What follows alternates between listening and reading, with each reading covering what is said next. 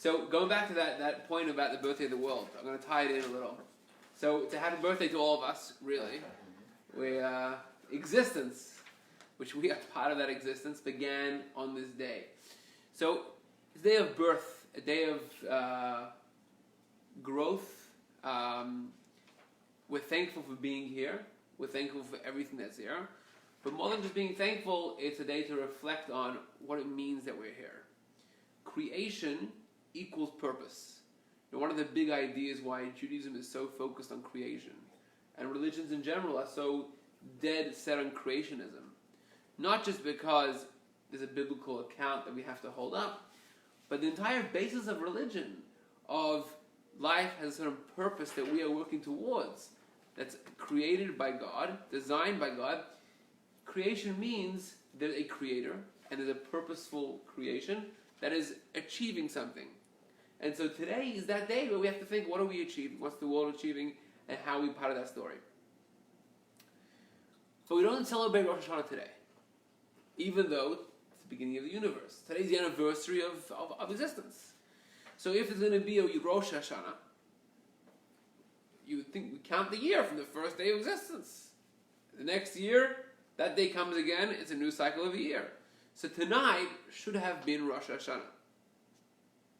Instead, in the sixth day of creation, the creation of man became the first day of the year, and we count the years from then.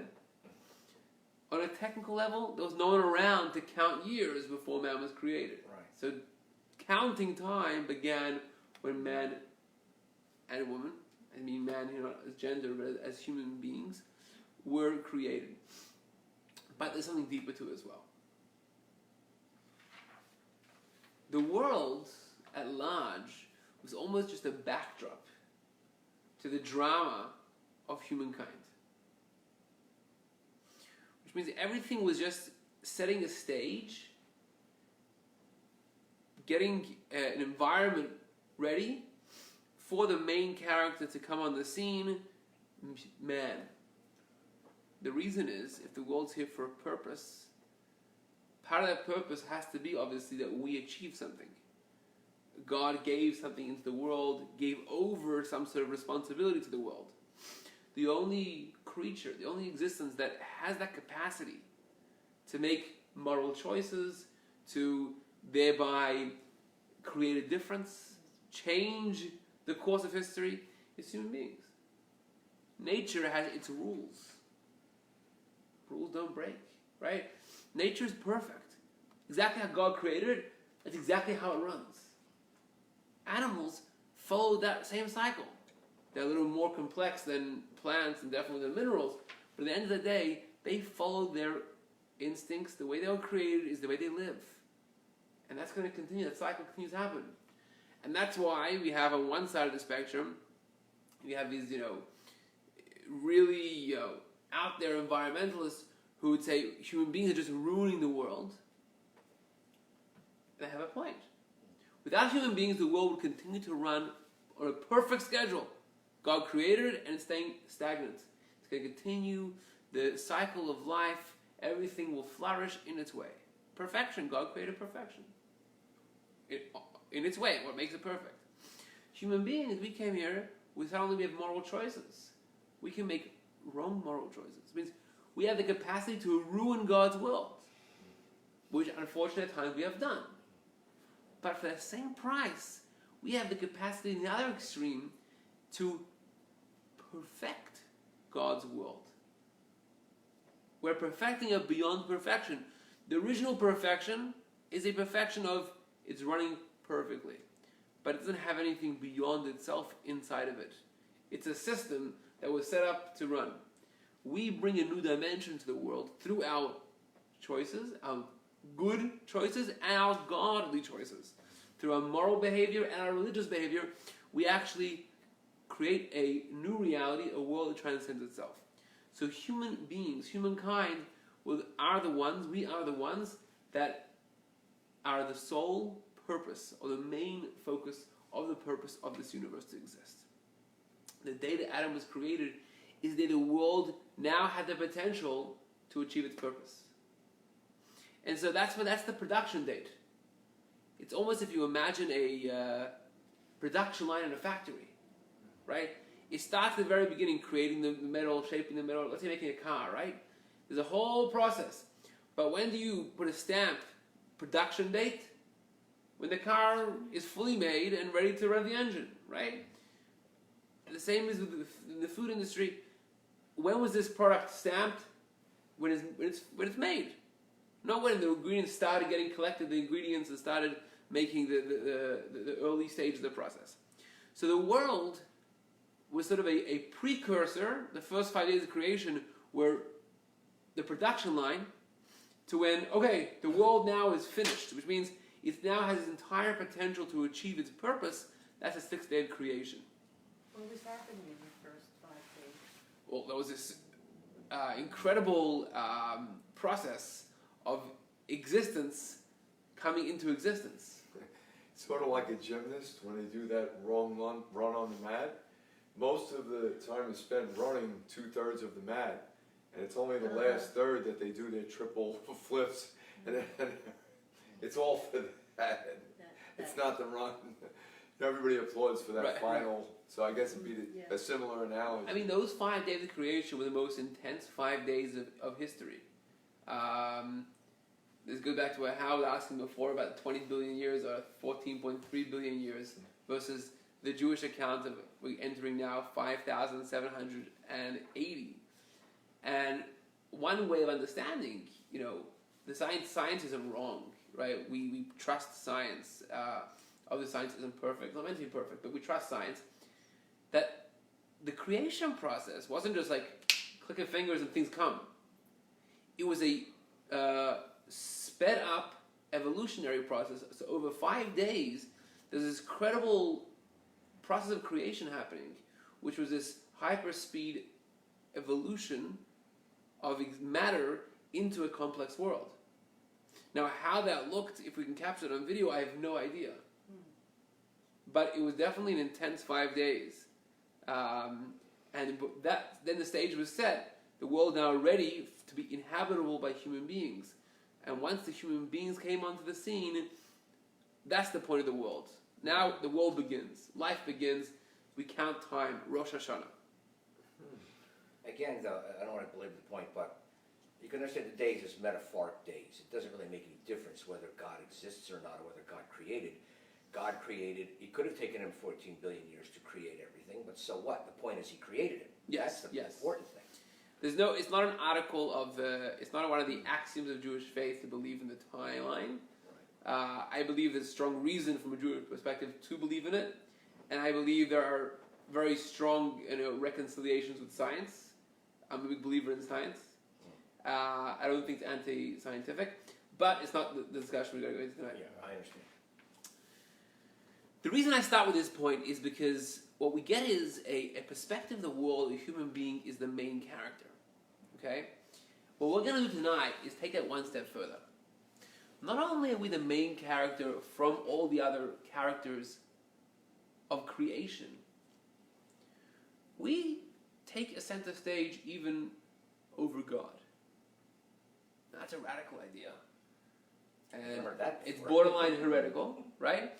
But I'm going to, hopefully, throughout the class, explain what I mean. So don't take that out of context. Please, don't quote me as, he's starting a new religion over here, this guy. So let's backtrack a little. And we'll start from the beginning. Rosh Hashanah. How do we, or how should we characterize the day? What is Rosh Hashanah? It's the new year. Okay. So it's a day we begin counting the year. But what is the nature of the day? What's the tone, the vibe? What do we, not do we celebrate, but how do we celebrate? What's the experience of Rosh Hashanah? It's a holy day. A holy day, very good. But so is Pesach a holy day, and so is Yom Kippur a holy day. The way my own experience, the way I was trained, was part of it. It's the day that you begin. You review what you've done. The past year, what are you going to do the next year? It's a day of self-reflection. Okay. Of considering all the bad stuff and all the good stuff you've done, and what to make of that, where to go from here, as well as to acknowledge that you were created and you're here for a reason, and whatever that may be. In other words, it's a very sober. It's not like traditional you're not going to get drunk and wear a party hat. You're going to be doing quite different. It's a very sober, reflective day to take stock of oneself and one's life. Okay, so it's a reflective day, an opportunity, end of a year, beginning of a new year, take stock of the past year and plan for the year ahead. Okay? It's a new creation. A new creation, Like, and we discussed that a couple weeks ago, Yeah. that it's a new lease of life is being granted to the world, and actually every year the new energy which descends has an expiration date. God invests enough energy into the world for a year. And every year Rosh Hashanah, there's a new process of, we don't notice it on the external looking at the world, but there's a new process of creation. The energy of the world now undergoes a transformation. And so that's happening on Rosh Hashanah. Okay? What about the custom of the sweetness and the new growth of, vegetables and Yes. like that? Yeah, so the Yeah. honey, the sweetness, there's something positive, not only somber. and that's how to go to what Pete was saying. We're looking at a new year, a new energy coming to the world, and we want to do everything we can to ensure that energy is a positive one for ourselves. So we have a lot of sweet things, and we say the special prayer. This should be a sweet year. So we everything in the day is channeling that we should get a good lease of life, good energy, positive vibes for the coming year. Yeah. So these are all good points and all true. There's another character of the day which features very heavily in the liturgy. We speak, the very famous Unasana Tokef prayer, where it's an incredibly moving prayer. It starts off painting an imagery of the heavenly court. The angels are trembling, and God is judging one by one human beings. And the second paragraph goes into who will live and who will die, who by water, who by fire. What's the prayer called again? Unasana Tokef. Unasana Tokef. Yes. A very powerful prayer, Yeah. and it's the highlight of Rosh Hashanah and Yom Kippur services. It's one of many that paint a picture of Rosh Hashanah as Yom Hadin, Day of Judgment. Day of Judgment. It's the Judgment Day. And that ties into everything we're saying. It's the reason we reflect on the past year and we try to grow, we're being judged. Why are we being judged? Because a new lease of life is coming. So it all fits into the same theme, a Judgment Day. Today, God is judging us, judging the world, and we're vulnerable. We're at His mercy. What is He going to decide our fate for the coming year? So that has become the central theme of Rosh Hashanah. Over the specifics of a shofar, Ava and honey, the theme, the narrative of what the day is, Yom Hadin, the Day of Judgment. If you look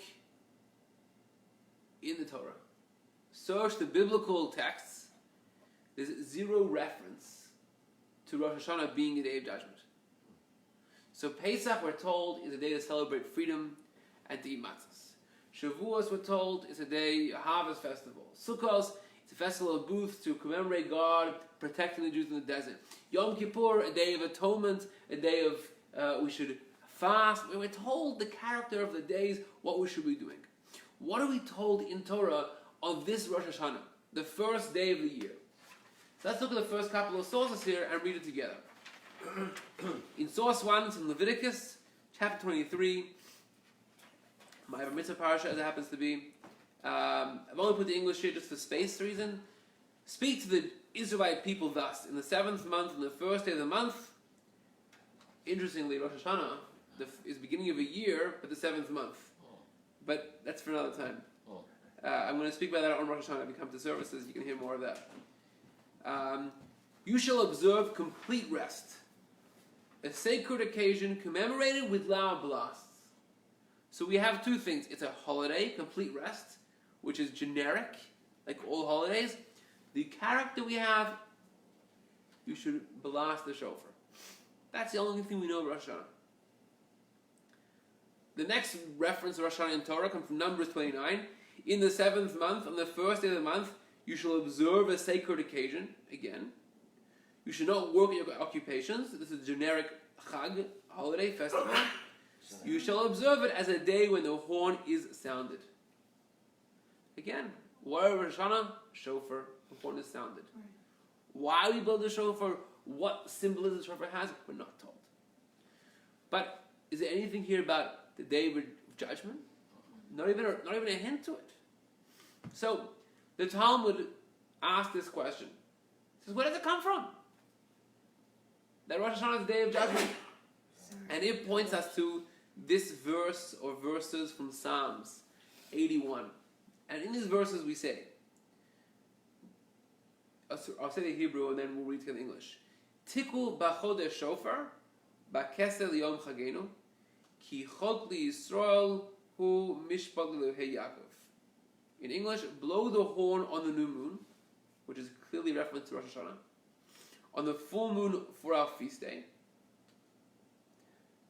Kesek means full moon or hidden moon.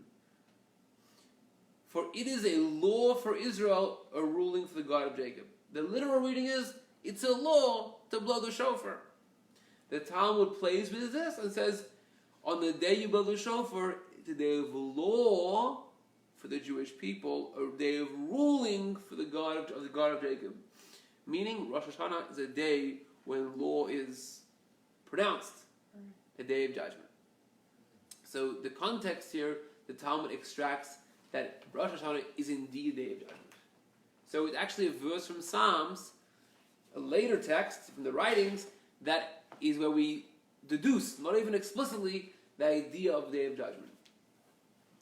Interestingly, there's a commentary from the Ramban, Nachman, and he has an interesting idea. He says, there's a word that features many times in Torah, zikaron, literally means memory or commemoration. He says, very often in biblical Hebrew, zikaron is a reference to law and judgment. So not just remembering, but remembering in a sense of being judged. And one in the text from Numbers says, zichron truah. You don't have it in English, but zichron truah, a remembrance of the shofar. So he points to that as actually, in the text, the biblical text itself, is a reference to judgment. But it's definitely not explicit, right? Which is interesting that it has become the central motif, the central theme of Rosh Hashanah, and yet it's almost a later development, or at least a later revelation that we're told about it, not in the original text. What is this judgment? And so one of the fascinating things about Rosh Hashanah is that it's a universal day of judgment. It's not about the Jewish people. It's the entire universe, not even humankind. Every aspect and element of existence is being judged and sized up. And this, I took one selection from the liturgy, from the Musaf of Rosh Hashanah, which connotes, as there are many, before you is revealed all the hidden things, all the secrets since creation. Everything is open, known to you, Hashem, who looks and concealed till the end of time. So we're saying not only is God judging everything, He's taking into account everything since creation and everything until the end of time is encompassed in this judgment of Rosh Hashanah. Right? You can't hide. Not only you can't hide, nothing from all of history can hide from this judgment of Rosh Hashanah. So it's pretty intense. Till the end of time? Yeah. The end of days. And there are other texts which say, V'yeda kol pol ki at ba'altei. On Rosh Hashanah we say, all existence, every creation should recognize God as its creator. So it's a universal day. And this is the reason we celebrate it on Rosh Hashanah. The Jewish New Year actually is Pesach, Passover. That's when we have the first month in our calendar. It's when the Jewish people became a nation. So the first month of the Jewish calendar is in Nisan. The first month of the universal calendar is Tishrei. So it's a universal day of creation, not a particular Jewish day. So we have this judgment. Judgment's a very scary word. It's definitely not a very popular word in 2019, right? Now we're non-judgmental, no one can judge anyone, right? Don't judge me. And we can turn to God and say, God, don't judge me. You know, you have no idea what I'm going through. The problem is, God, He knows all the secrets. He knows exactly what you're going through. Which is why we shouldn't have a problem of God judging us. Why don't we like being judged by people? We hate being judged, right? Nobody wants to be thought of as doing something wrong. Shame, humiliation. Yeah, right. But why is... do you realize how sad that sounds? That my default assumption is that if you will judge me, I will be shamed. That means I have a pretty shameful look at myself, right? Maybe I'm a good guy. So, yeah, judge me. Well, also we have our own internal judge, like the anecdote I shared last week about the experience I had at work, and that the way I had acted, the way the whole situation was manifest, and I wanted to crawl out of my skin. It just wasn't like, it was very spontaneous. And that catapulted me to a deeper relationship. So it's not a negative, I mean, 100%. it's sort of a springboard, it can be, to a higher way of relating. Right. Through a sincere way. You know, and I think if you're solid in that with yourself, a lot of judgments that come your way, when you understand them, they're sort of like frisbee, what's it, a boomerang. You know, like when people toss out judgments at others, usually that's the way they judge themselves. Oh, we're going to get there. We're going to get there. Yeah, it's like a boomerang. Yes. So, Wait for it. yeah. Just wait for it, Pete. Okay, But the point is... I'll get some food. And the point is, we don't like being judged because we are afraid that people will judge us incorrectly. Right? They'll see things about us that we know we have flaws. None of them are perfect, but I know why I have flaws. I know my areas that I'm not good at. I know where it comes from often, and I'm aware of it. When you judge me, I'm afraid you're going to judge my whole character based on that one flaw, or you want to understand where it's coming from, that decision. So the reason we're actually afraid of judgment is because others see us differently when we see ourselves. And we're afraid that misjudge us or unfairly judge us. But if God, the same sentence where God is judging us, in that same sentence we say, God knows everything. God knows all of our struggles intimately. He's aware of where we come from. He's aware of our upbringings. He's aware of our challenges. So we shouldn't be afraid of this judgment. Actually, judgment can be very encouraging. When you have a coach, a mentor, someone's out for your good, you want them to judge you. Because or else you can't grow. You want criticism that's constructive, right? I want someone to size me up, tell me where my strengths are, tell me where I can grow, how I can capitalize on what I do have in my life. That's good judgment. And that can come when someone knows you really well and is out for your benefit. God has both of those features. He knows the hearts and minds, the struggles, the challenges, the demons that we all have inside of us. And secondly, God is out for our good. He loves us. So his judgment is not saying, well, you've done this and this past year, into the slammer, you're getting punished. He's actually saying, this is who you are, how you've dealt with your challenges, how you've succeeded or failed in certain areas. I want you to grow. I'm going to give you this for the coming year. Based on what you've done and how you've grown and shown yourself to be good or successful in certain areas, God said, okay, I'm going to give you further room for growth. So the judgment is not a punishment judgment, but it's a judgment where he is supporting us. So that turns the whole notion of judgment on its head. That's true. I think a lot of us get our idea of judgment, God's judgment, from the majority religious culture of this country, which has an angry, hostile God that's going to send you to hell unless you believe a certain thing or two. And we get this idea that God is always going to condemn us because he's angry at us. And that's what you're saying is really helpful because that's obviously not the Jewish idea of God. No, God loves us. Yeah. God is the ultimate of good and wants the best for us. Now, often we don't understand that. We don't recognize that, and that's the way we're human beings. But that is definitely the idea, the philosophy, the theology. Also, there's a distinction between true judgment, sincere, and someone just indulging in self-aggrandizement. Absolutely. So a lot of times people think, I was just judging, but they're actually, it's self-aggrandizement. So Yes. it's good to make a distinction.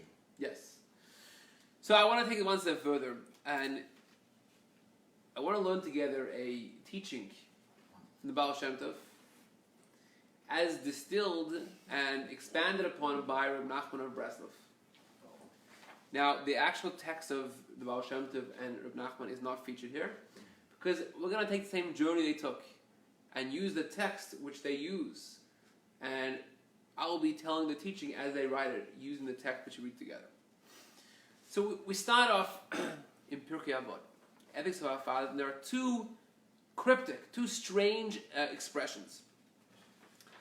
The first one's in the beginning of chapter 3. Akavia ben Malala said, there are three things you should know, and you will be able to withstand sin.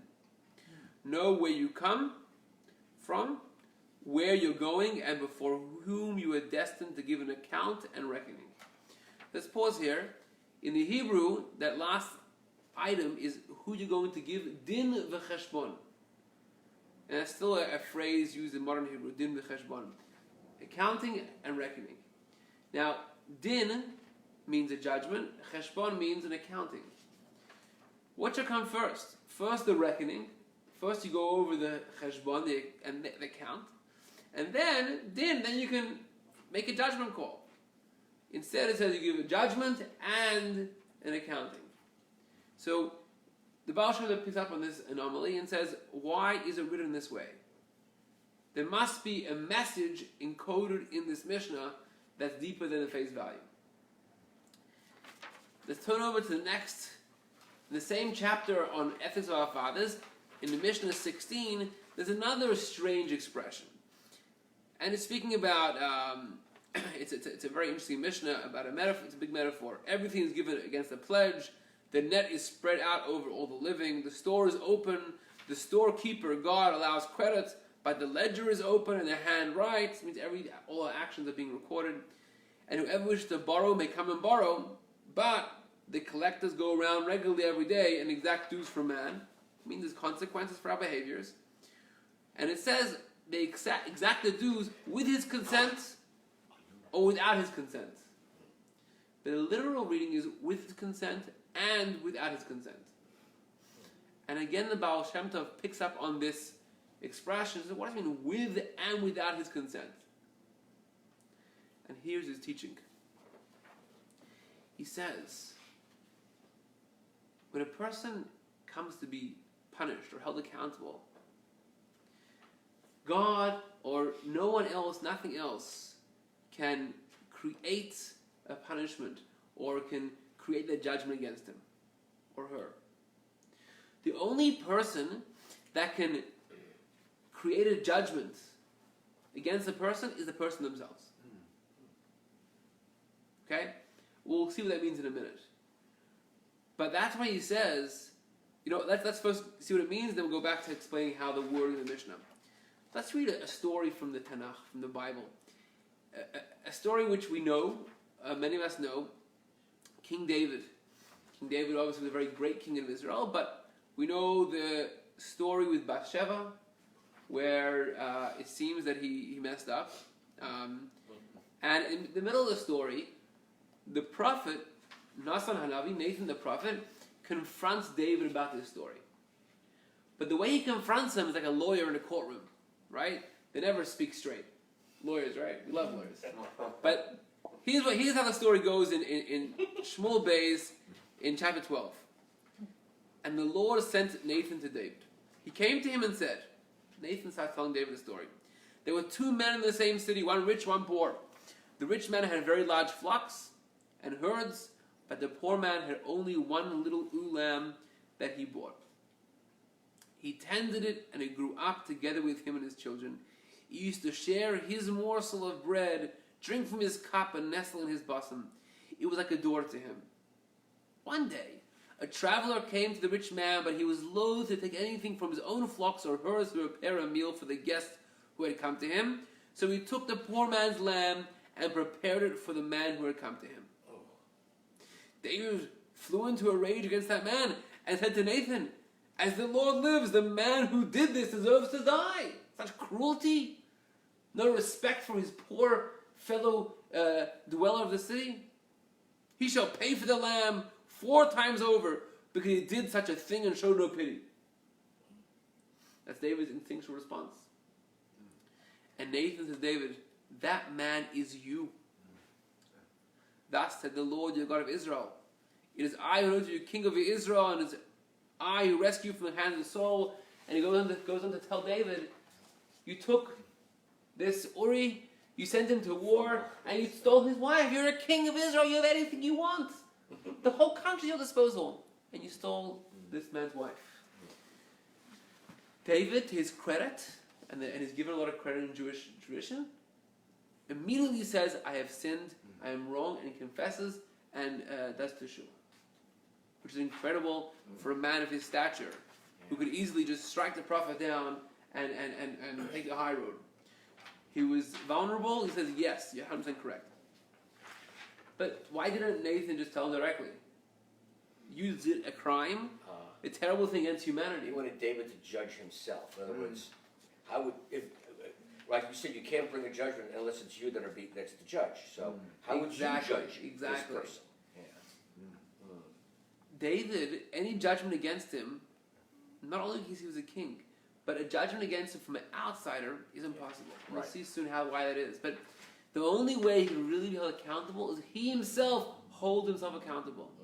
And once he passed judgment, true, he didn't know it's him, but on the situation, he passed judgment, then we can say, okay, you've passed judgment on yourself. Now it's a valid judgment call. Okay? One more example is in the Talmud.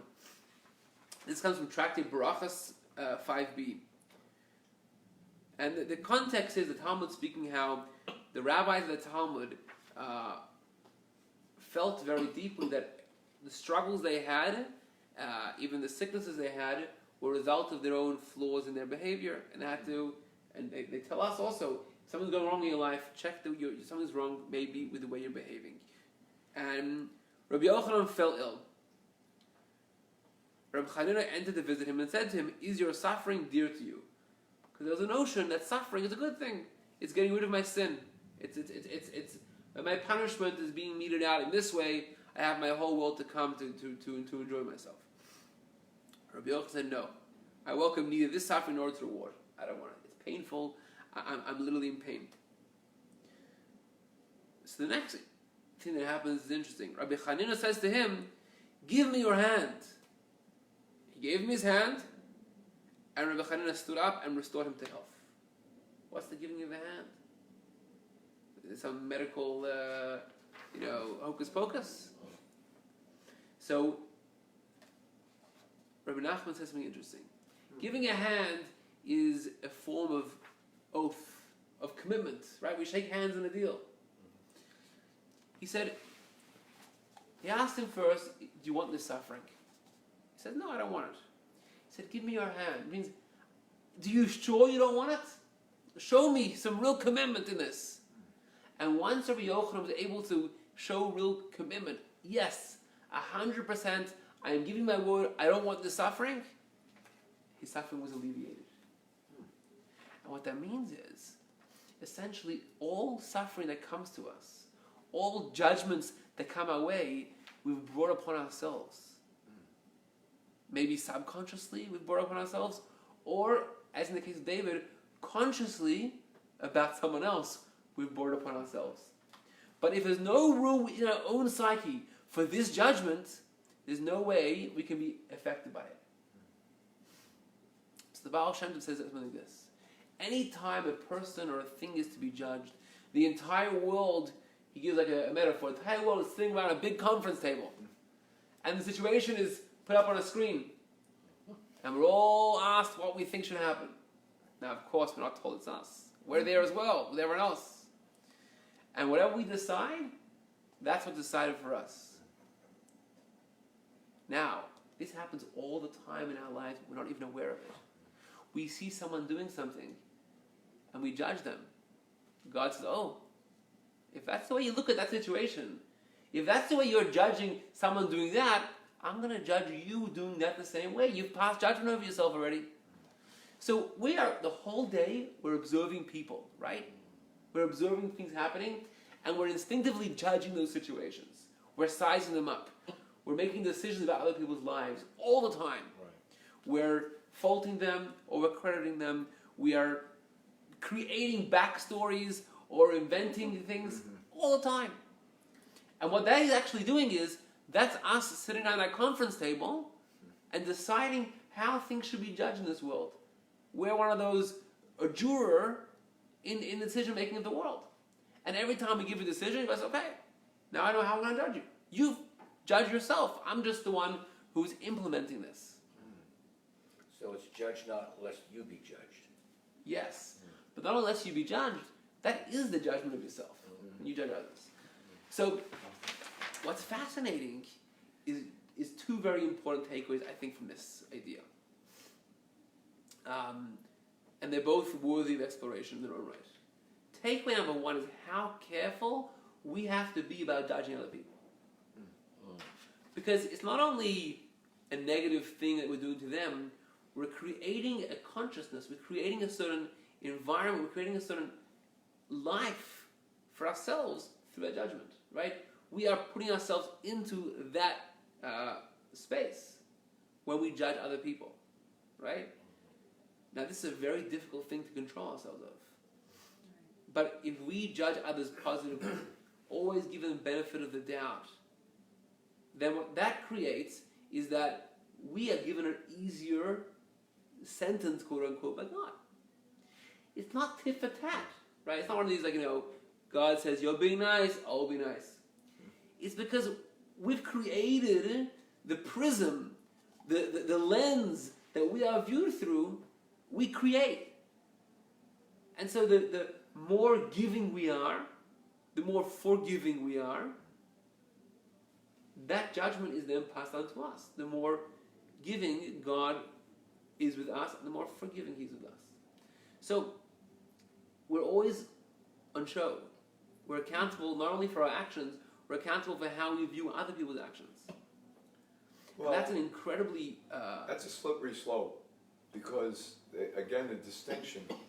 For instance, when you live a certain amount of years, and you see how the adversary works, and you see how you've grown from it, so then, as you see things around you, you've experienced it, like the Baal Shem Tov says. So that's why we could recognize things in others. Therefore, if I saw how it sort of diminished my relationship with God and the world, certain things that I engaged in, taking an action and seeing it in somebody, I'm not going to be indifferent or apathetic. I'm going to thrust myself into it. But the difference with, I think what you're saying is, there's no malice because I've seen where it could bring me. So I'm participating in saying, look, we're connected. So I care, because I think when you voice it that way, it sort of is like, oh, that's going on. Oh, I can't judge it. Laissez-faire. And that's it. Damn, if I saw the show going on, I would have knocked heads. I can't say, when you're there, you do something different. You'd like to think. But I've been in situations in my life now where there was a good, forceful exchange. Nobody got hurt, and we became closer. And so let me clarify. Yes. But I was able to see what that person was throwing at me, because I know that it's in me too. But I've learned how to sort of restrain by getting burned. So I'll offer that to somebody, and it will not be indifferent or apathetic. Let me clarify then. Yeah. When I say don't judge others, I will offer my involvement, and in other words, if someone's doing destructive behavior, either physically destructive or emotionally and spiritually I'll destructive, get involved. Yeah. And we should judge them, right? Right. I should say... But it's without malice. Oh, so the big deal is, when I say don't judge, of course we should judge, meaning we should look at other people and size them up. We shouldn't pass judgment. Well, I've always noticed something interesting. The Mishnah in Avot, Ethics of Our Father, says, Danas kol ha'adam l'chaf suhud. Judge everyone favorably. Judge everybody favorably. And what's interesting is, it doesn't say don't judge anybody. That's the sort of almost the modern take on this Mishnah. Don't judge. You never know what's going on. Don't judge. It says no, judge them. But always judge them with the benefit of the doubt. So if someone's doing something destructive, say it must be they've been through trauma in their life. That's where it's coming from. I don't hold anything against them to blame, but they're doing something bad right now. I shouldn't ignore that. So judge them, but judge favorably. If you say, oh, that person, they do that, they're good for nothing, they deserve to be, they get what's coming to them, that's already, then you get what's coming to you. So it's not about laissez-faire, live and let live. It's about the perspective, how forgiving I am, how much context I'm allowing to shine light on that particular judgment call. If we go back now just to those two strange expressions in the Mishnah, they now make sense. It says, who you will give din v'cheshbon, the accounting and reckoning. It says, yes, first you give a din. First you give judgment about someone else, about other things that happen, and then a cheshbon, then there's a reckoning about what happened in your life and how that's going to apply. And also, dues are exacted with his consent or without his consent. That means often they're without consent, but they're out with consent. I mean, I did make a decision, I just didn't know at the time it was about myself. Like King David, he 100% made a decision about his own guilt, but it was without his knowledge that it was him who was deciding again. So the Baal Shem Tov says that. So what we have here is an incredible, and radical idea. The first point, as I said, how important it is how we judge others. But the second point is even more important. Why is this? Why can't God just say, well, you did this and that's what you deserve? These are objective measures. Why are we the arbitrator? Why are we the ones deciding what is going to be our responsibility and our consequences? And the Rebbe says something beautiful and fascinating. He says the human soul, the neshama, is so deep, it's untouchable. Even God, so to speak, can't judge us. We have this infinite depth to ourselves that no one can say anything about us. No one can ever, just like King David, who was king, no one can accuse him of anything. We have such a perfect, infinite depth to ourselves that we're untouchable.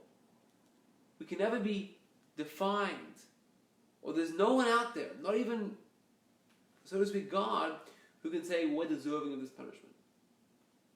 We're infinitely perfect. We have a soul. And therefore the only person that can pass judgment on the soul is the soul itself. So it tells us how deep we are as people, how special, unique, how perfect we are at our core, while we can only be the ones to judge ourselves. The Midrash has a very interesting little insight. It says that on creation, when the trees were being created on the same day, metals were being created in the earth. And the tree saw that this metal created started shivering, trembling, because it envisioned the axe, the blade, that's going to chop it down. And the metal tells the tree, this is the Midrash speaks this account, obviously metaphoric, but the metal tells the tree, don't worry, if you don't give me the handle, I won't be able to chop you down. And this is obviously, the conversation didn't happen like that. But what does that mean? The only way things can chop us down is we gave them the handle, right? We let ourselves be chopped down. That's a very psychological idea, and that's something we can speak about on that level, but also spiritually. The only way that we can be judged is because we pass judgment in that way. We allow ourselves to go there, and therefore it comes to us. So when we come to Rosh Hashanah, and we're speaking about God's judgment on the Day of Judgment, we think, who's the main character of Rosh Hashanah? God. He's the judge. No. God's talking to us. And He's telling us, you're the judge. Just we don't know about it. It's subconscious. It's unknown to us. We're not conscious and aware of it that we're the judge. But really, God is handing over His power of attorney to the human beings and saying, you're going to be the judge over here. And so we come to Rosh Hashanah. Who's the main character? Even more than God, us. We are, so to speak, influencing God's decisions. And so we speak about judgment, and we speak about God being the judge, and that's a lot of the theme of Rosh Hashanah. But what we should really be thinking at that time is how amazing, incredible, deep we are, that this judgment is really just an expression of my depth of my soul. And we spoke about this a couple of weeks ago, how it's not so much about what I did wrong and where I can go right. It's the fact that even though I did these things wrong, I'm still perfect in God's eyes. And I can reach a place within myself that's beyond, that transcends the behaviors that I performed, and that I can almost reborn because now I've gone back to who I really am. So the idea of judgment is more of a telling sign on us than of God. So just to recap, we didn't only say God was a mean God who's looking to strike us down. Rather, the first step in this theology, God is a loving God, judgment is for our benefit, His side is us up like a coach. But the next step is more than that. We are the determiners of our own faith. And that's because, and faith, right? Our faith determines our faith. But we are the ones, because of the infinite depth of our neshama, how unique and special each one of us are, the only person who can ever have any control over our lives, who can ever have any say over our destiny and our fate, is ourselves. Just in a way that we're not conscious of and aware of. But God's reaching out to us and saying, okay, you are going to be the one deciding. So we have a few days left. Look at others favorably. And not just, in a cliche way, but in a real way. The way, just always give benefit of the doubt, just like you want to give them benefit of the doubt. Always, you see a situation, don't hold it against the person. Doesn't mean you shouldn't get involved. Judge the situation. Don't judge the person. That's the key. And if we behave that way, we will be the greatest recipients of that good, because that's the way God will behave with us. And so may we be inscribed and sealed for a good, happy, healthy year with blessings, all the blessings we need, want, and can imagine and can't imagine, the conscious and subconscious blessings. And we should have the foresight to be able to create those blessings by the way we bless others, the way we make blessings in other people's lives. So, Shana Tova, have a happy New Year. And wherever you're going to be for the high holidays, you should be meaningful. It should be an experience where you're moved, experience where you get a new energy for the new year. And I'm sure God will judge us favorably, because we judge ourselves favorably. Thank you very much. Thank you so much. Excellent.